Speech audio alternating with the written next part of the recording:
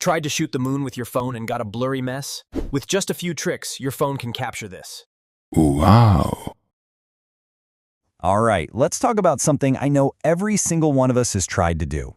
You look up, you see this absolutely gorgeous, huge moon in the sky, you pull out your phone to grab a picture, and, well, the result is kind of meh. We've all been there. Oh yeah, you know exactly what I'm talking about. The infamous bright white blob. It's that photo that just sits in your camera roll, a sad little reminder of a beautiful moment that your phone's camera completely panicked over. But what if I told you that that photo is a thing of the past? Because, and this is the crazy part, your phone is 100% capable of taking a shot just like this. I'm talking craters, texture, all those beautiful details. You don't need some fancy, expensive camera. Nope, you just need to know a few little secrets. Okay, so first things first, let's get our kit together. And the good news? You probably have most of what you need already. See, the real key to an amazing moon photo isn't a $1,000 lens. It's just one simple word: stability. So let's break this down. In the essentials column, you've got your phone, a mount for it, and a tripod. And I gotta tell you, the tripod is absolutely non-negotiable. Now, if you want to take things to the next level, the game changers are a little Bluetooth remote, so you're not shaking the phone when you take the picture, and the real secret weapon for those amazing close-ups, a telescope or even just a decent pair of binoculars. All right, you've got your gear. Now, for what might be the biggest secret of all, timing. And this is going to sound totally backwards, but the most obvious time to shoot the moon, when it's big and full and bright, is actually a trap. It's pretty much the worst time to get a photo with any detail. And the reason is all about light. See, during a full moon, the sunlight is hitting it straight on. It's like using a camera flash right in someone's face. It just washes everything out. But when you shoot a quarter or a crescent moon, the light is coming in from the side. That creates these long, deep shadows that make every single crater and mountain just pop. So, the place you really want to focus on is this area right here. It's called the lunar terminator. It's that line where the light side meets the dark side. Think of it as the moon's golden hour. It's the sweet spot where all the shadows are the longest and the details are the most dramatic. That's your target. And the great news is you don't have to guess about any of this. There are some fantastic apps out there like PhotoPills or Skyview that'll tell you the exact phase of the moon, when it's going to rise, where it's going to be, so you can plan your shot perfectly. Okay, you've got the gear, you've got the timing down. Now we get to the real heart of it all. This is the most critical part of the whole process. We have to take your camera off of auto mode and unlock its real power by going manual. So here's why all your old photos ended up as blobs. Your phone's auto mode sees this tiny, super bright light in a huge sea of darkness, and it basically has a panic attack. It doesn't know what to do, so it cranks everything up, completely overexposes the moon, and poof, there's your white blob.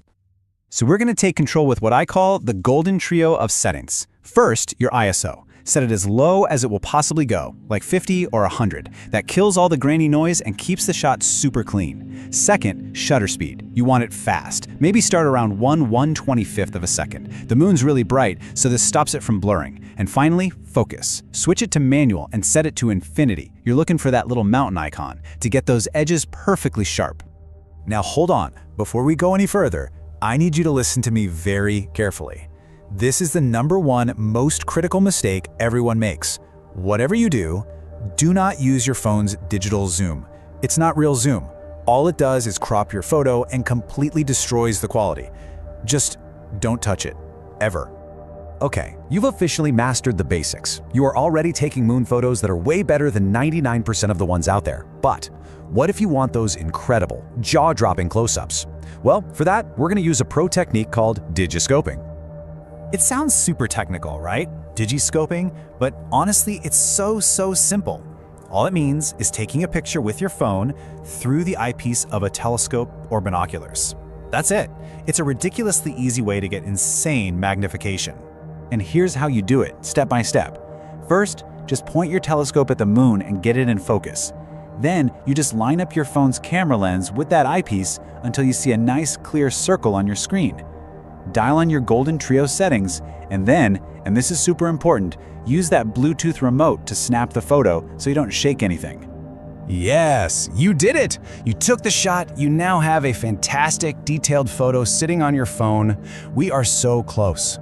The final step is to give it that wow factor with just a few super simple editing tweaks. And look, you do not need to be a Photoshop expert or buy any expensive software. Free apps like Snapseed or even the free version of Adobe Lightroom for your phone are more than powerful enough to make your photo look absolutely stellar. It really just comes down to 4 easy moves. 1. Crop in and frame the moon just how you like it. 2. Bump up the contrast a bit to make the darks darker and the brights brighter. 3, and this is the magic wand right here, increase the sharpening or structure. This is what makes those craters just leap off the screen. And 4, a little personal touch, I like to pull the saturation down just a tiny bit for that classic natural look. So when you put it all together, the right gear, the right timing, the right settings, you end up with a raw shot that looks something like this. I mean, it's already a million miles away from that old white blob, right? But we can make it even better. Because then, you spend maybe 30 seconds doing those little edits we just talked about, and bam, you turn a really great photo into an absolute masterpiece. And there you have it, from a blurry blob to a work of art, all with the phone that's sitting in your pocket. See? It all just comes down to stability, manual control, and a little bit of patience. That's the whole secret. So now it's your turn. The only question left is, on the next clear night, what are you going to capture?